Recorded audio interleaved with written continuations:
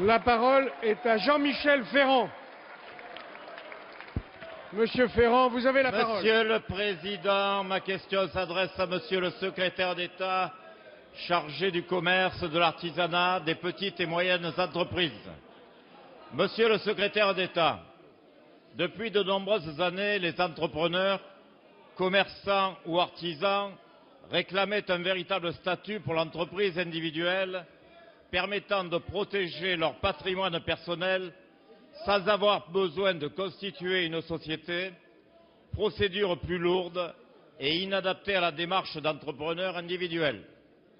Depuis le 1er janvier de cette année, c'est chose faite. Les entrepreneurs individuels peuvent opter pour le statut d'entrepreneur individuel à responsabilité limitée que nous avons créé par la loi du 15 juin 2010.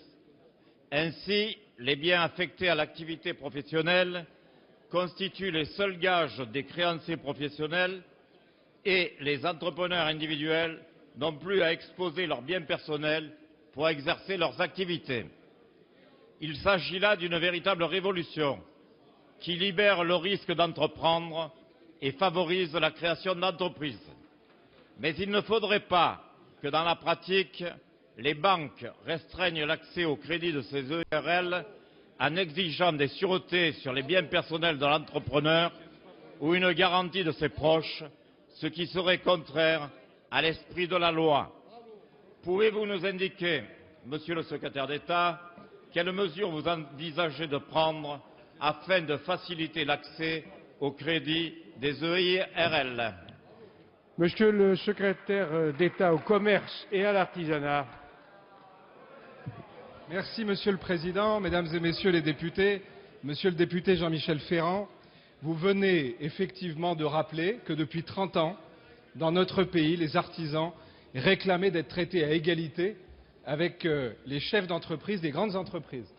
Vous savez que le Président de la République a tenu à ce que ce dispositif qui, vous le rappelez à l'instant, protège le patrimoine personnel des artisans soit voté. Vous avez les uns et les autres adopté ce dispositif. Vous avez employé le mot révolution, vous avez raison.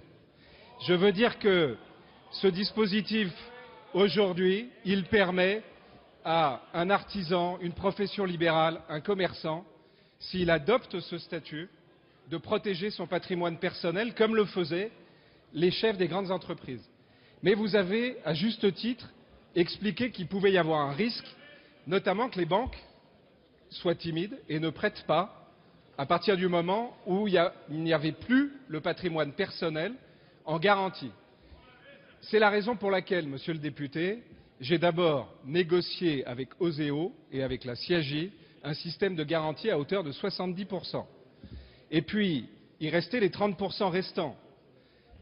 J'ai, à ce moment-là, négocié avec les banques.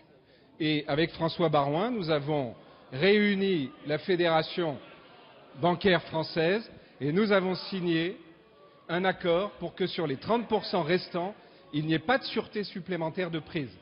Ça veut dire qu'aujourd'hui, pour un artisan, un commerçant, une profession libérale qui choisit ce statut, il n'y a plus de difficulté à emprunter. Je veux que vous mesuriez ici à quel point ce système est une chance pour les entrepreneurs de ce pays. J'ajoute que vous avez voté, les uns et les autres, dans le projet de loi de finances rectificative, la neutralité fiscale.